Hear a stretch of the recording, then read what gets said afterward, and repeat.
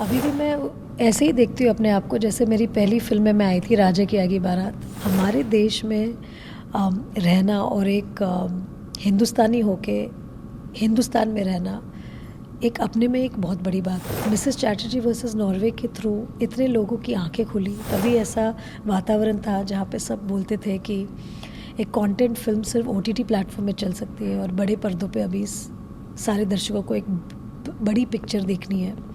और Mrs Chatterjee versus Norway ने आके वो भी एक सबको गलत साबित किया। हमारे जो दर्शक हैं जिस तरह से प्यार देते हैं, जिस तरह से आपके काम को सराहते हैं, वही आपका स्टारडम मेंटेन करके रखते हैं। जस्ट एक दूसरे के साथ वक्त बिताए वही मेरे लिए बहुत ज़रूरी होती है। करियर की शुरुआत बड़ी फिल्में, गुलाम, कुछ कुछ होता है, हम तुम, इतना बड़ा लंबा कैरियर आपका, बंटी पब्लिक, आज आप देखो किस जगह पे देखते हैं?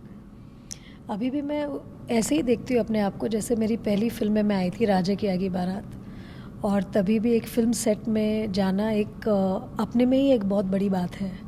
तो एक पिक्चर का बनना, हमारा उस पिक्चर में योगदान करना, आई थिंक वो सबसे बड़ी बात होती है। और उस पर हमारा योगदान देना एज एन आर्टिस्ट, उससे भी मुझे बेहद खुशी मिलती है कि मुझे मौका मिला कि मैंने किरदार को निभाया, किरदार जिसको मैं बहुत पसंद करती हूँ। तो मैं ऐसा सोचती हूँ कि वो किरदार मैं करूँगी जिसने मुझे इतना प्रेरित किया है, तो वो दर्शकों को भी प्रेरित करेगा।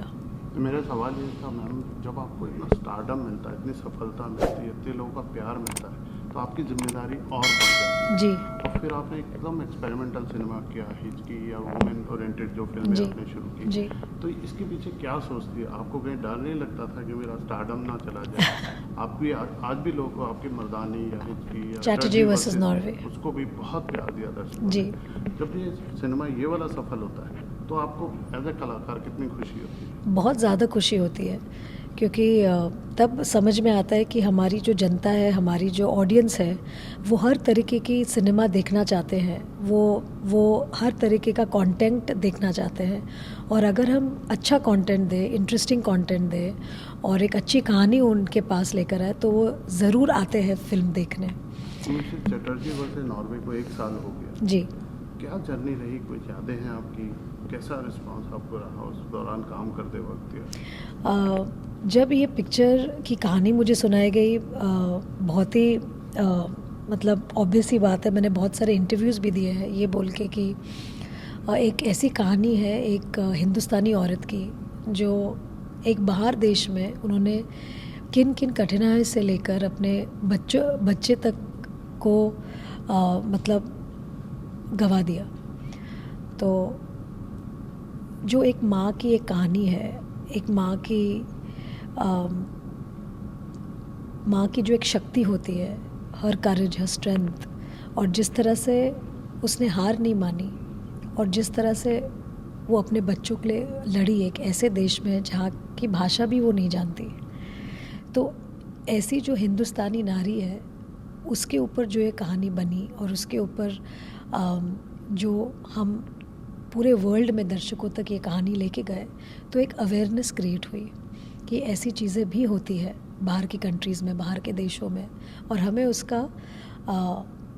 वो समझना चाहिए। क्योंकि बहुत से ऐसे लोग होते हैं हिंदुस्तान में जो सोचते हैं कि हम बाहर गाँव जाएंगे तो हमारी ज़िंदगी और बढ़िया हो जाएगी और हमें ये सुकून मिलेगा, वो सुकून मिलेगा। लेकिन हमारे देश में रहना और एक हिंदुस्तानी होके हिंदुस्तान में रहना एक अपने में एक बहुत बड़ी बात है। क्योंकि बहुत सारी सुविधाएं हमें जो मिलती है वो हम टेकन फॉर ग्रांटेड करते हैं, लेकिन वही सुविधाएं शायद हम बाहर के देशों में नहीं मिले। क्योंकि बाहर देशों की जो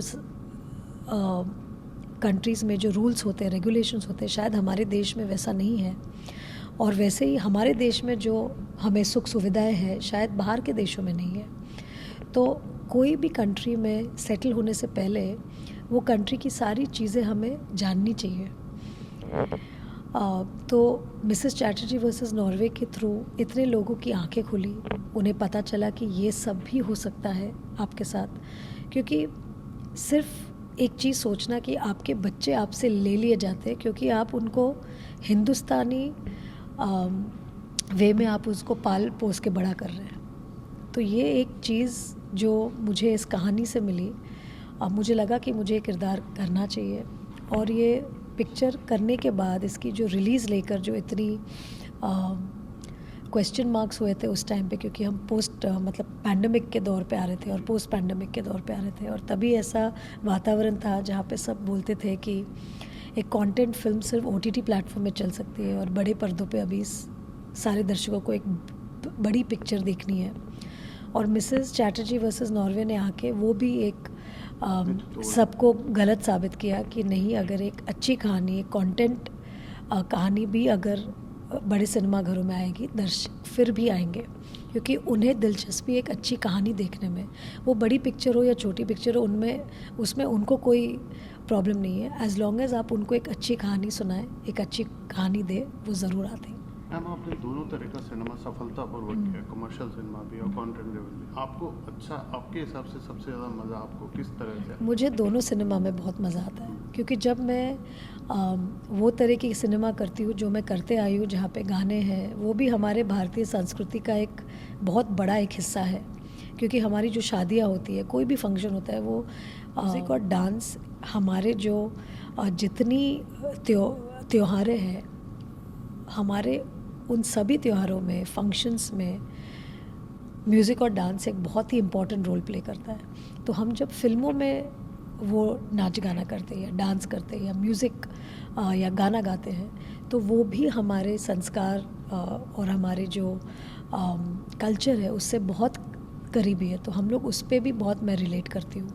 और जब मैं ऐसी कहानियाँ लेकर आती हूँ जो कि ट्रू स्टोरीज से इंस्पायर्ड है, सच्ची घटनाओं पर आधारित है, तो उसमें भी बड़ा दिलचस्प होता है, क्योंकि हम एक ऐसी चीज़ दर्शकों तक लेके जा रहे हैं जो शायद उनको पहले उन्होंने इस बात के बारे में उनको पता नहीं है, जानकारी नहीं है, और हम अपने फिल्म के थ्रू वो जानकारी दे रहे हैं। तो वो मतलब दोनों चीज़ में उसका एक अपना ही एक I would say both have their equal importance. And जैसे हम बोलते हैं ना कि इसमें भी अच्छा है, उसमें भी अच्छा है। ऐसा नहीं है कि एक करो तो दूसरा नहीं अच्छा है, या दूसरा करो तो पहला वाला नहीं अच्छा है। आई थिंक दोनों ही अपने जगह में बहुत ही इम्पोर्टेंट टाइप की फिल्में हैं। मैं आपके फ़ैन की तरफ से पूछना चाहता हूँ, क्यूरियोसिटी बहुत होती है, इतना लंबा जब कैरियर होता है, how to maintain your stardom? वो तो फ़िलहाल आई थिंक हमारे जो दर्शक हैं जिस तरह से प्यार देते हैं, जिस तरह से आपके काम को सराहते हैं, वो ही आपका स्टारडम मेंटेन करके रखते हैं। कि जो आपकी जो चाहत है मेरे लिए, वो तब भी होगी जब मैं मेहनत करके आपको एक ऐसे किरदार में देखूँ जो आपको पसंद आए। तो मेरी तरफ से मुझे कोशिश करनी है कि मैं अच्छे किरदार करूँ, अच्छी फ़िल्में करूँ, और जो मेरे फैंस हैं वो किरदार को देख के वो खुश हो, वो मुझे प्यार करे। तो उससे ये एक गठबंधन जो है मेरे और मेरे ऑडियंस का, ये बहुत ज़रूरी है स्टारडम को बरकरार करने के लिए। और अब बदलते दौर में सोशल मीडिया का ज़माना है जी, वो भी क्या इम्पैक्ट करता है स्टार की लाइफ पे? कोई ट्रोल करते हैं या कोई कमेंट करते तो हैं? मैं तो सोशल मीडिया पे नहीं हूँ। आप नहीं होने के बावजूद भी लोग कमेंट तो बिना पूछे करते हैं जी, अपने ढंग से। जी। आपको कोई फीडबैक मिलता है या आप उससे बिल्कुल दूर रहते हो उस दुनिया से? नहीं, ऐसी बात नहीं है, दूर तो खैर हम नहीं रह सकते, क्योंकि ये सब चीज़ें हमारे दुनिया के साथ बहुत ही अभी जुड़ित हैं। लेकिन मैं ज़्यादातर इस तरह से अपना जीवन मैंने व्यतीत किया है बचपन से, या जब से मैं फिल्मों में भी आई हूँ, कि एक बार मैं सेट पे हूँ तो मैं दर्शकों की हूँ, अपने फिल्म के जो लोग काम कर रहे हैं उनके लिए मैं जान दे दूँगी। फिर एक बार मैं सेट से बाहर निकल के अपने घर आ गई, तो फिर मैं अपने घर संसार, मेरा बच्चा, मेरे हस्बैंड, मेरी जो गृहस्थी है उस पर मैं ध्यान देती हूँ। तो लास्ट में बस मैं पूछना चाहता हूँ, आपका जन्मदिन है, जी, क्या तैयारियाँ? पता नहीं, हर साल अभी मेरे हस्बैंड और मेरी बेटी मुझे सरप्राइज़ देते हैं, तो इस साल देखते हैं क्या सरप्राइज मिलने वाला है? मतलब पिछले कोई सरप्राइजों की कोई याद आपसे शेयर करना चाहते हैं? कोई ऐसा नहीं, ऐसा नहीं, खूबसूरत क्योंकि मेरे लिए सबसे ज़्यादा ज़रूरी और अच्छी चीज़ ये होती है कि जन्मदिन के दिन मेरे जो करीबी दोस्त हैं, मेरे जो परिवार के लोग हैं, मेरे हस्बैंड, मेरी बेटी, वो सब साथ में मिलकर हम लोग एक